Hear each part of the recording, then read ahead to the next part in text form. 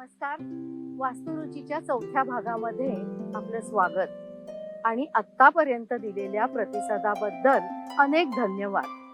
1859 दरम्यान doctor Martin होग यांनी संस्कृत भाषेचं नितांत सुंदर असं सौंदर्य विद्यार्थ्यांमध्ये रुजवलं. पश्चिम भारतामध्ये संस्कृत भाषेचं शास्त्रोक्त पद्धतीने अध्यापन करण्याचं श्रेय डॉक्टर होग यांच्याकडे जातं. संस्कृत ही स्थानिक पंडितांची मक्तेदारी असताना हे घडलं कुठे? पुण्याच्या डेक्कन कॉलेजमध्ये. ही जागा अशी आहे की शिक्षण क्षेत्रामध्ये पाश्चिमात्य व स्थानिक पंडितांचा ज्ञानयोग इथे समृद्ध होत गेला. पुण्याचा उल्लेख पूर्वेकडील ऑक्सफर्ड असा केला जातो. सांस्कृतिक क्षेत्रात वर्चस्व असलेल्या पुण्यातील ज्ञानदान करणाऱ्या संस्थांचा पसारा दिवसेंदिवस वाढतच आहे. पण त्याचबरोबर जुन्या संस्थाही दिमाखात कार्यरत आहेत. अशा जुन्या संस्थांपैकी सर्वात जुनी संस्था म्हणजे डेक्कन कॉलेज. किती जुनी? तब्बल 200 वर्ष जुनी.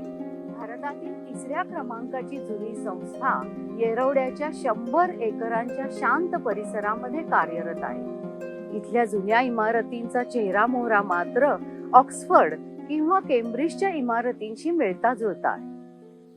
मराठा सरदार खंडेराव दाभाडे यांनी दक्षिणा फंडाच्या स्वरूपात सुरू केलेल्या शिक्षण एवढ्याच उद्देशाला पेशव्यांनी सहकार्य केले. बॉम्बे प्रेसिडेन्सीचे गव्हर्नर माउंट स्टुअर्ट एल्फिन्स्टन यांच्या हस्ते 6 ऑक्टोबर 1821 विजयादशमीच्या मुहूर्तावर हिंदू कॉलेजची स्थापना झाली. 1842 मध्ये कॉलेजला इंग्रजी शाळेची जोड मिळाली. 7 जून 1851 रोजी इंग्रजी शाळा आणि हिंदू कॉलेज यांच्या एकत्रीकरणाने पुन्हा कॉलेज उदयाला आले. या सर्व विद्यालयांची सुरुवात मात्र विश्रामबाग वाड्यामध्ये झाली होती. वानवडी व सध्याच्या येरवड्याच्या जागेत कॉलेजचे स्थलांतर झाले. 15 ऑक्टोबर 1864 मध्ये जागेचे भूमिपूजन झाले. कॉलेजची व्याप्ती वाढली आणि नावही डेक्कन कॉलेज झाले. निओगॉथिक शैलीत उभारलेल्या भव्य इमारतीच्या बांधणीसाठी दानशूर जमशेदजी जिजीभॉय यांनी 1 लाख रुपयांची देणगी दिली. तो काळ असा होता की शिक्षणाचं महत्त्व वाढत चाललं होतं आणि त्याच्या पायाभरणीसाठी दानशूरांचे हातही लागत होते. 23 मार्च 1868 मध्ये नव्या वास्तूमधून कॉलेजमध्ये विद्यादान सुरू झालं. त्यानंतर उच्च शिक्षण आणि संशोधनात विद्यालय अव्वल दर्जाचे म्हणून गणले जाऊ लागले आणि इथे उच्च विद्याविभूषित असे एक हिरे घडत गेले. Indologist sir R.G. Bhandarkar, Lokmanya Balgangadhar Tilak, philosopher Gurudev R.D. Ranade, समाजसुधारक G.G. आगरकर, इतिहासकार V.K. राजवाडे, चीनमध्ये ऐतिहासिक आरोग्य सुविधा पुरवणारे डॉक्टर द्वारकानाथ कोटणीस, साहित्य सम्राट न.चि. केळकर, संगीतकार विष्णू नारायण भातखंडे, सेनापती बापट, इरावती कर्वे आणि कितीतरी. ही यादी वाढतच जाईल. इथे सुरुवातीला अध्यापन करणारे प्राध्यापक इंग्रज होते. इतिहास व गणित सोपे करून शिकवण्यासाठी त्याचं मराठीत भाषांतर करण्याचं श्रेय मेजर कॅन्डी यांच्याकडे जातं. संस्कृत भाषेची सुरुवात किंवा पाठशालेची सुरुवात ही जरी विश्रामबाग वाड्यामध्ये झाली तरी तिचा पसारा मात्र डेक्कन कॉलेजमध्ये खूप वाढला. दगड व चुन्यामध्ये बांधलेल्या दुमजली मुख्य इमारतीची व्याप्ती 35,000 चौरस फूट इतकी आहे. मधला मजला लाकडी जॉईस्टवर दगडी फरशांचे आच्छादन घालून बनवलेला आहे. खरे तर बऱ्याच तत्कालीन इमारतींमध्ये लोखंडी जॉईस्ट दिसून येतात, पण इथे लाकडी जॉईस्ट वापरलेले आहेत आणि ते अजूनही मजबूत आहेत. छतासाठी लोखंडी व लाकडी ट्रसेसचा उपयोग केलेला आहे. बाह्य भागातील खिडक्या व दरवाजांवर कास्ट आयर्नचे ब्रॅकेट्स व त्यावर नळीच्या पत्र्यांचे छज्जे आहेत. ही रचना वैशिष्ट्यपूर्ण असून इंग्रजांच्या काळात पावसापासून संरक्षण हा विचार केलेला दिसून येतो, जो इतर काही इमारतींमध्ये अभावाने आहे. इमारतीच्या संकल्पनेमध्ये व्हेनिसच्या डोजेस पॅलेसच्या काही भागांचे तपशील साकारताना रियाल्टो ब्रिजचीही प्रतिकृती साकारली आहे. इंडो सारासॅनिक कमानींचा प्रभावही आवर्जून साकारलेला दिसून येतो. इंडो सॅरासॅनिक म्हणजे भारतीय व पश्चिम आशियाई शैली यांची सरमिसळ केलेले स्वरूप. इमारतींच्या कडेचे दगड फक्त घडीव स्वरूपात वापरून मध्यभागी दगडांच्या नैसर्गिक आकाराची रचना केली आहे. त्यामुळे इमारतीला एक वेगळाच उठावदारपणा येतो. इमारतीच्या वर एक मोठा टॉवर होता, जो आता अस्तित्वात नाही. भक्कम दगडी इमारतींचे प्रशस्त व्हरांडे, झोकदार कमानी, दगडी खांब, त्यावरील पानाफुलांचे ब्रॅकेट्स अशी ऐटबाज इमारत शिकण्यासाठी उभारल्यावर शिक्षणाचाही भारदस्त ठसा विद्यार्थ्यांवर उमटल्याशिवाय राहणार नाही. ही इमारत बांधताना तिच्या तपशिलांचा विचार जाणीवपूर्वकतेने केलेला दिसून येतो. चुना व दगडाबरोबरच कास्ट आयर्नचा उपयोग करताना व्हिक्टोरियन काळातील रचनेचे गॉथिक पद्धतीने झालेले पुनरुज्जीवन दिसून येते. गोल खिडक्या, लाकडी उभ्या खिडक्या यामध्ये नैसर्गिक पानाफुलांच्या प्रतिकृती साकारलेल्या आहेत.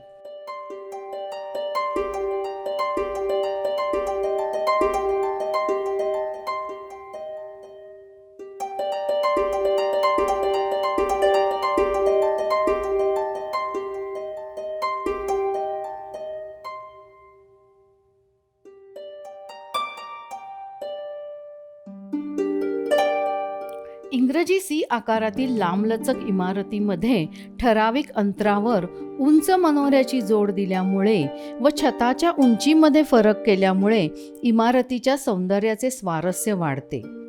तिच्या रचनेतील तोचपणा टाळून उठावदारपणा देण्याचे कसब कौशल्याने साकारले आहे. इमारतीच्या आतल्या बाजूने लांबलचक व्हरांड्याच्या मध्ये छोटी सज्जासारखी जागा तयार झालेली दिसून येते. खांबांवरच्या कॅपिटलच्या डिझाईनमध्येही भरपूर विविधता आहे. इमारतीच्या आकारमानाचा प्रभाव पाहता त्यामध्ये बोजडपणा कमी करण्यासाठी नाजूक कलाकुसरींच्या घटकांचा उपयोग विचारपूर्वक केलेला आहे. छताच्या टोकाशी लाकडी फेशिया बोर्ड, छताच्या वरती कास्ट आयर्नची नाजूक लेसवजा जाळी, दगडातील साकारलेल्या पानाफुलांच्या रचना, प्राण्यांच्या आकारांचे दगडातील गार्गोइल्स, कमानींच्या आकारातील विविधता इमारतीच्या संपूर्णतेत मोलाची भर घालतात. अध्ययन कक्षांची भव्यता ही अनुभवण्याची गोष्ट आहे. छतांना तीव्र स्वरूपाचे उतार आहेत. खरं तर पुण्यामध्ये बर्फ पडत नाही किंवा कडाक्याची थंडीही नाही, पण छताचे उतार हे पश्चिमेच्या इमारतींची फक्त प्रतिकृती दर्शवतात. तीव्र उतार हे बर्फाचे वजन छतावर न राहता बर्फ सहज घसरून पडण्यासाठी असतात, पण एखाद्या शैलीचे अवलंबन करताना ती पूर्णपणे अंगीकारणे हा इंग्रजी बाणा. इमारत बांधली त्यावेळेला आजूबाजूला अजिबात झाडे नव्हती. या वैराण जागेतून थोडासा दिलासा मिळावा म्हणून विद्यार्थी बन गार्डनच्या परिसरामध्ये जायचे. 1872-73 मध्ये प्राध्यापक व विद्यार्थ्यांनी झाडे लावण्यासाठी फंड उभा केला आणि त्यातून बगीच्याची निर्मिती झाली. मुख्य इमारतीच्या सभोवतीच्या इमारतींमध्ये American institute of Indian studies, भाषाशास्त्र इमारत, मुलांचे वसतिगृह आणि मराठा संग्रहालय या इमारतींचा समावेश आहे. विद्यार्थी घडवताना, उच्च शिक्षण प्रदान करताना डेक्कन कॉलेजने अनेक क्षेत्रात संशोधन करून संस्थेला जागतिक दर्जा प्राप्त करून दिला आहे. भारताचा प्राचीन इतिहास, सांस्कृतिक आणि पुरातत्वशास्त्र, भाषाशास्त्र, मध्ययुगीन व मराठा इतिहास, समाजशास्त्र, मानववंशशास्त्र, संस्कृत अध्ययन अशा अनेक विभाग इथे कार्यरत आहेत. शब्दशास्त्र विभागानं केलेली सर्वात महत्त्वाची कामगिरी म्हणजे ऐतिहासिक तत्वांवर आधारित साकारलेला संस्कृत शब्दकोश. डेक्कन कॉलेजनं अथक परिश्रमानं केलेलं विद्यादान व संशोधन यांची दखल HRD मिनिस्ट्रीने घेऊन भारत सरकारने त्यांना प्रारूप विद्यापीठाचा दर्जा 5 मार्च 1990 रोजी प्रदान केला आणि त्या दृष्टीने 1 जून 1994 पासून विद्यापीठ म्हणून कार्यरत आहे. एवढ्या महत्त्वाच्या संस्थेची सर्वात महत्त्वाची जागा म्हणजे प्रशस्त ग्रंथालय, जे मौल्यवान ग्रंथसंपदा, वाचन कक्ष, संदर्भ कक्ष आणि जुने ग्रंथ अशाने परिपूर्ण आहे. किमया वास्तुविशारदांनी इमारतींची पूर्ण रेखाचित्रे तयार केली आहेत. मुख्य इमारतीच्या मधल्या मनोऱ्याची गॅलरी वीज पडून मोडली होती व हा विभाग धोकादायक झाला होता.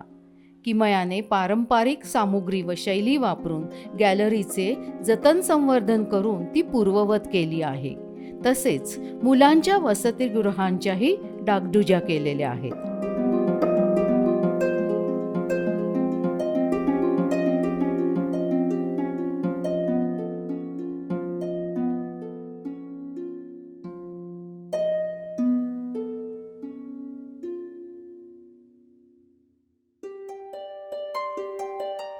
मुख्य इमारतीच्या पश्चिमेचा भाग हा पूर्वी वसतिगृहांसाठी सुरुवातीला वापरला जायचा.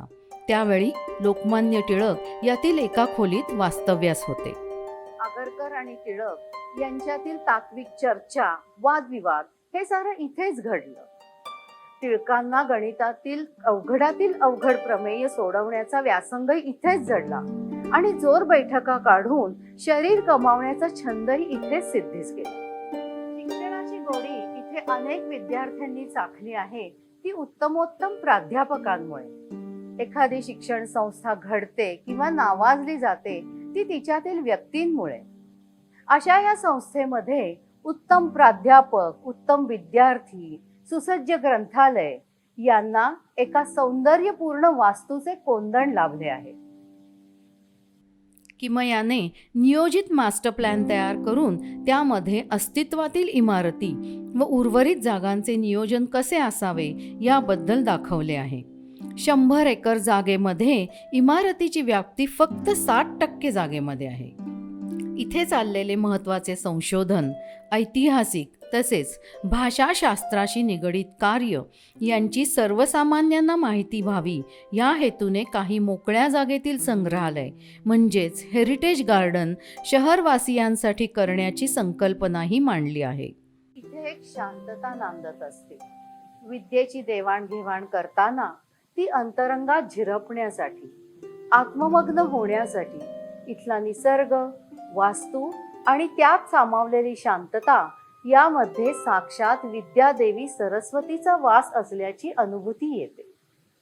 इतक्या प्रतिष्ठित कॉलेजच्या सौंदर्यपूर्ण वास्तूची साधलेला हा संवाद आपल्याला आवडला ना? जमशेदजी जिजीभाई यांनी 156 वर्षापूर्वी या इमारतीच्या उभारणीचा गोवर्धन पर्वत उचलला. पण आता तिच्या जतन संवर्धनासाठी कोण कोण पुढे येणार आहेत बरं? त्या दृष्टीनं अजून एक पाऊल उचलूया. ही माहिती, हा व्हिडिओ जास्तीत जास्त लोकांपर्यंत पोहोचवण्यासाठी लाईक, शेअर आणि सबस्क्राईब तर आवर्जून करूया.